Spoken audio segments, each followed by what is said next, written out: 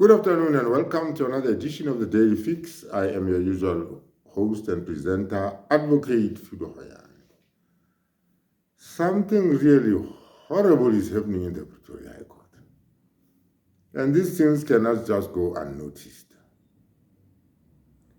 Baloyi this morning was supposed to prove the statement of Gwabeni. That is what the court had ordered, that if Baloyi wants to cross-examine Gwabeni, he must first of all prove that statement. And Baloyi has chosen not to do that. He has come up with heads of argument that have got nothing to do with the proving of that statement. And unfortunately, that procedural irregularity has just gone through, thanks to Judge Ratamukhatli. Now, what is to prove a statement and what was expected of Baloyi? What was it that he had to do, that he did not do? And I'll also tell you why he did not do it. Baloyi has to lay a foundation or a basis for that statement. That is just big legalese. You know, sometimes the law just uses big words for no reason at all. What is at stake there is this. Baloyi has to come up with that statement allegedly made by Gwabeni before the police and say to the court, this is the statement that Gwabeni made. And having said that, he has to give a background. Now, what is that background? He has to say on a certain day at a certain police station or even in the DPP's chambers in Pretoria, wherever the statement was taken, Gwabeni attended to the following statement and actually made it. All the procedural requirements relating to the making of a statement were adhered to. In other words, Gwabeni was apprised of his rights, and the statement was taken down in a language that he understands, or if it is not in a language that he understands, the statement is interpreted back to him in a language that he understands if it is written in any other language, and Gwabeni would then be required to sign that statement. In other words, he has to prove the circumstances of how that statement, surrounding how that statement was made. Where was it made? In other words, also, that will incorporate the issue of how freely and voluntarily that statement was made by Gwabeni. And also, it will also go to the question of whether Gwabeni was aware of what he was making. That is how a statement is made. Now, let us look at what Baloyi is running away from. You see, 3 times Gwabeni went to the offices of the of the Director of Public Prosecutions in Pretoria. And 3 times he turned down both the investigators and Baloyi himself, because Baloyi was present during these consultations. So Gwabeni never made a statement before them. But Gwabeni outwitted them by saying to them, oh, well, you know what can happen? Because he had been severely tortured. He had been brutally tortured. Gwabeni then told them and just, wrong-footed them and said, okay, you can take the contents of whatever accused number 1 has said and then transfer those, and I will sign those transferred facts from the statement of accused number 1. The police and the investigators then foolishly did that. How do you transfer? Instead of making a statement you say, okay, you can always transfer what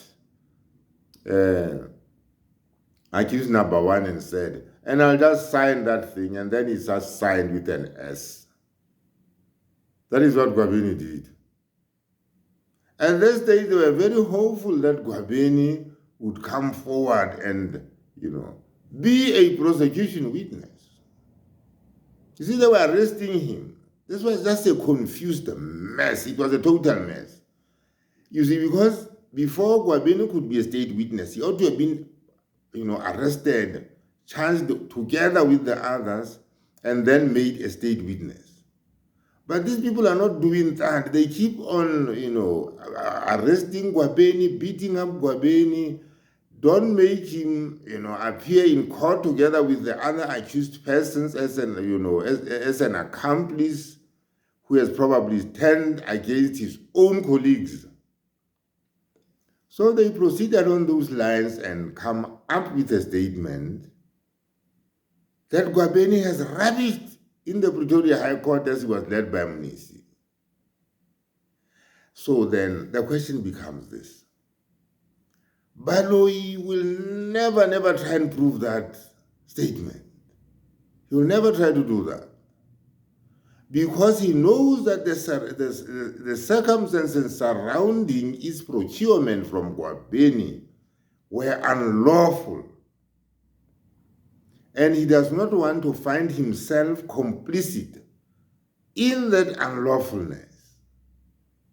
Baloyi knows Gwabeni better than most of us do. Should he try and prove that statement by Gwabeni, he'll find himself in trouble. He'll simply find himself in trouble if he were to try and prove that statement.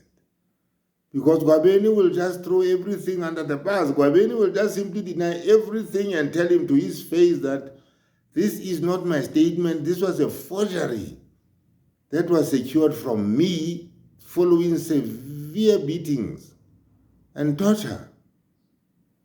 So that is where the prosecution must go. You see, already there are so many issues here. Munisi has hinted at questions of ethics, just in passing. Because on the face of it, some of the conduct that Baloyi was engaged in is unethical conduct. Purely unethical of a legal professional, to be involved in this sort of things. But the one reason why Baloyi will never try and prove Gwabeni's statement is that he can never prove it. Because he does not want to go into the issue of how it was made. You see, he does not want to go there at all because, Gwabeni was made to make the statement. He was coerced to make the statement after he had been brutally tortured. So that will bring the whole nature of the statement into question now. Whether Gwabeni, willingly made that statement, freely and willingly made that statement. On the face of it, he didn't. He didn't. And that would, throw everything in disarray for Baloyi where he tried to do that.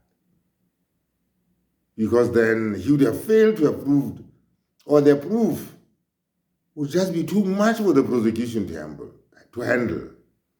Munisi has already told the Pretoria High Court that Gwabeni was a hot potato. They could not handle him. Till today, they can still not handle Gwabeni.